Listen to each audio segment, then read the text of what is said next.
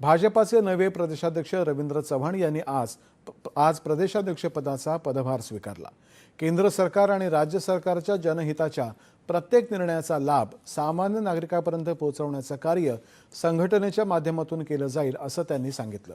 प्रदेशाध्यक्षपदाची जबाबदारी मोठी आहे असं सांगत भाजपाच्या प्रदेश संघटनेला आणखी बळकट केलं जाईल असं ते म्हणाले। कार्यकर्त्यांच्या माध्यमातून भाजपाची संघटना गावागावात आणि प्रत्येक वस्तीपर्यंत पोहोचवणार आहोत। प्रत्येक निवडणूक जिंकण्याच्या दृष्टीनं बूथ स्तरावरती कार्यकर्त्यांना बळ दिलं जाईल असं ते म्हणाले।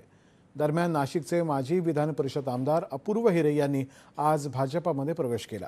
शरद पवार यांच्या जवळचे मानले जाणारे इंदापूर विधानसभा मतदारसंघाचे ज्येष्ठ नेते प्रवीण माने यांनी देखील आज भाजपामध्ये प्रवेश केला।